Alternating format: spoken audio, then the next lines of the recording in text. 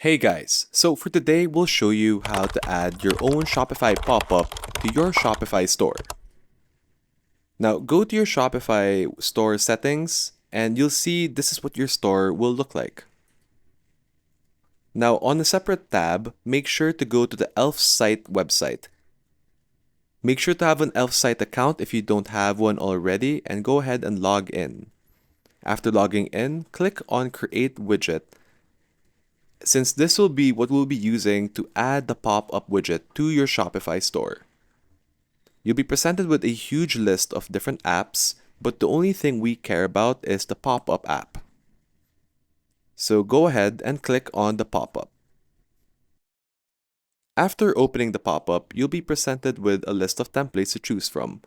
Go ahead and choose a template you want to use and add to your store. For the purposes of this video, we're going to go with the sale notification. Click on Continue, and you'll be presented with a list of options to edit your pop-up.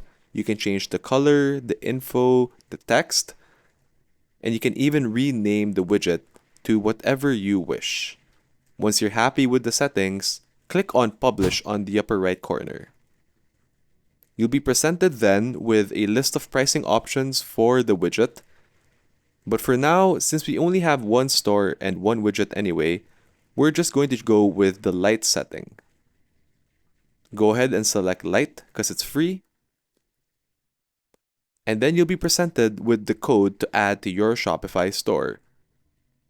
In the green box, make sure to copy that code and go back to your Shopify website store.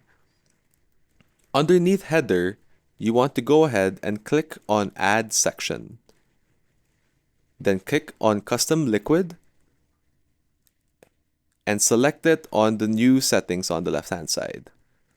On the right-hand side of the menu, you'll see Custom Liquid and a text box. And that's where you want to copy the embedded code from the Elf site.